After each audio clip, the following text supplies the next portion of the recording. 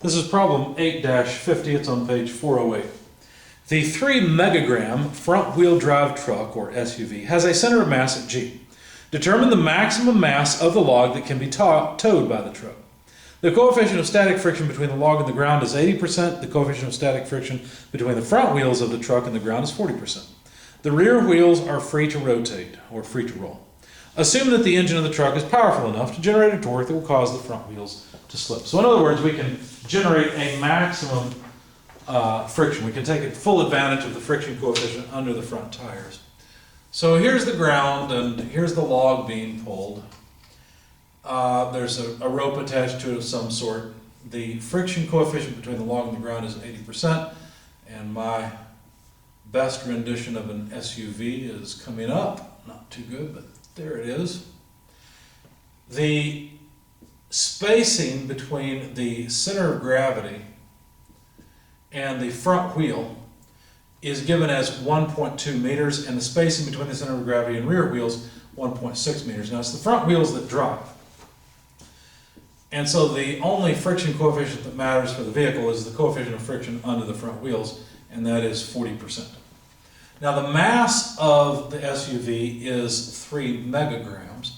We're trying to figure out what's the biggest log we can pull out of here. Now notice that the tow rope, or whatever it is, tow chain, is a ½ meter off the ground. And that's what we're given. So if you think about the log for just a second, what you'll realize is that the tension in the log must be equal to the weight of the log multiplied by the friction coefficient in the rear. So if we rearrange this just a bit, we can write that, let's do it this way. So this is also equal to 80% from the friction coefficient times the mass of the log times the acceleration of gravity. Now, rearranging that just a bit, we can say that the mass of log that you pull would be equal to the tension in the rope divided by 80% of the acceleration of gravity. Okay? For the SUV, I need to make a free body diagram.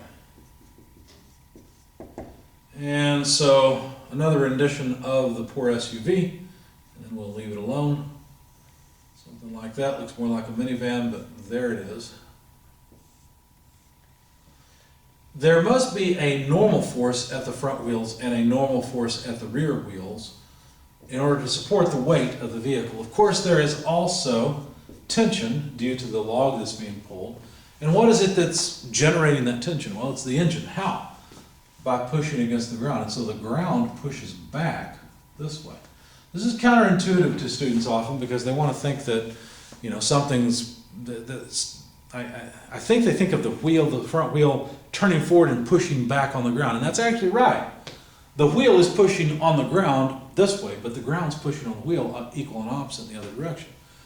How do you think that this tension can be generated? Well, it's from the ground. And if the ground slips, if the ground's unable to provide this, say the front wheels are on ice or mud or something, then we won't be able to generate this tension and we're stuck. So we're trying to find out the maximum mass of log, and of course that's related to the tension that we can pull out of the woods or along the ground or whatever. So if we sum forces in the horizontal direction, that's pretty easy. There's only two. There's the tension and the friction. So what this tells us is that the tension is simply equal to whatever friction force we can generate. If we sum moments, where would I sum moments? Well, I don't care about the normal force at B. The weight matters, so I'm going to sum moments about point B to work a relationship out between the weight, the tension, and the friction. And well, won't be friction at A, because if I'm summing moments about B, the friction at A passes through that. But this will work out a relationship between the weight, the normal force, and the tension. So taking counterclockwise as positive summing moments about point B, I'd find the normal force at A multiplied by the spacing. Well, that's 1.6 plus 1.2.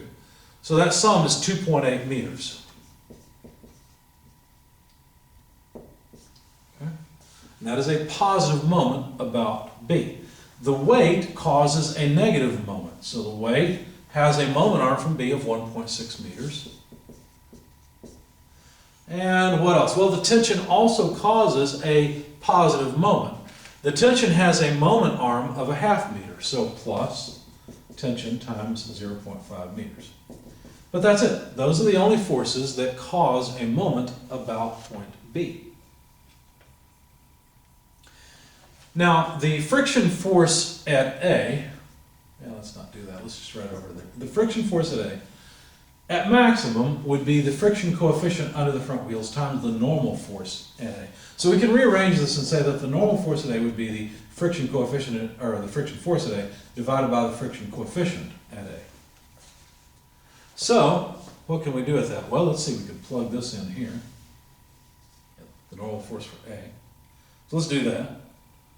So the normal force at A would be written as the friction force at A times the static friction coefficient times 2.8. Notice that the meters are the same in all terms, so I'll go ahead and cancel those units.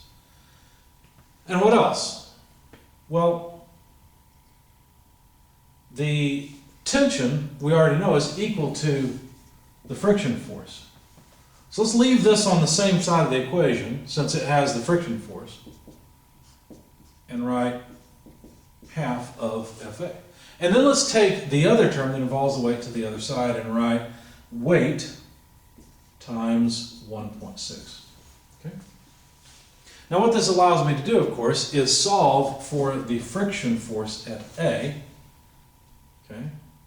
Because, look, there's just multipliers, right? 2.8 over mu s prime, that's the multiplier for Fa here, plus a half. That's the multiplier there.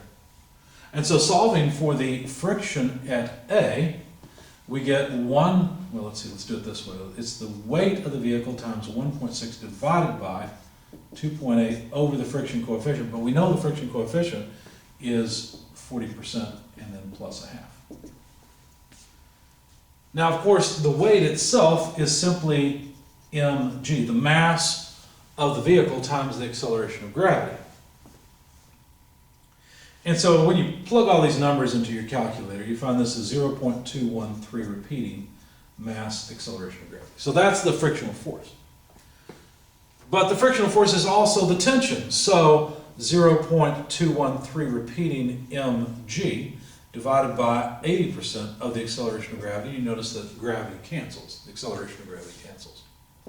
So we have 0.213 repeating over 0.8 times the mass of the vehicle, 3,000, and this should be a capital M, megagrams.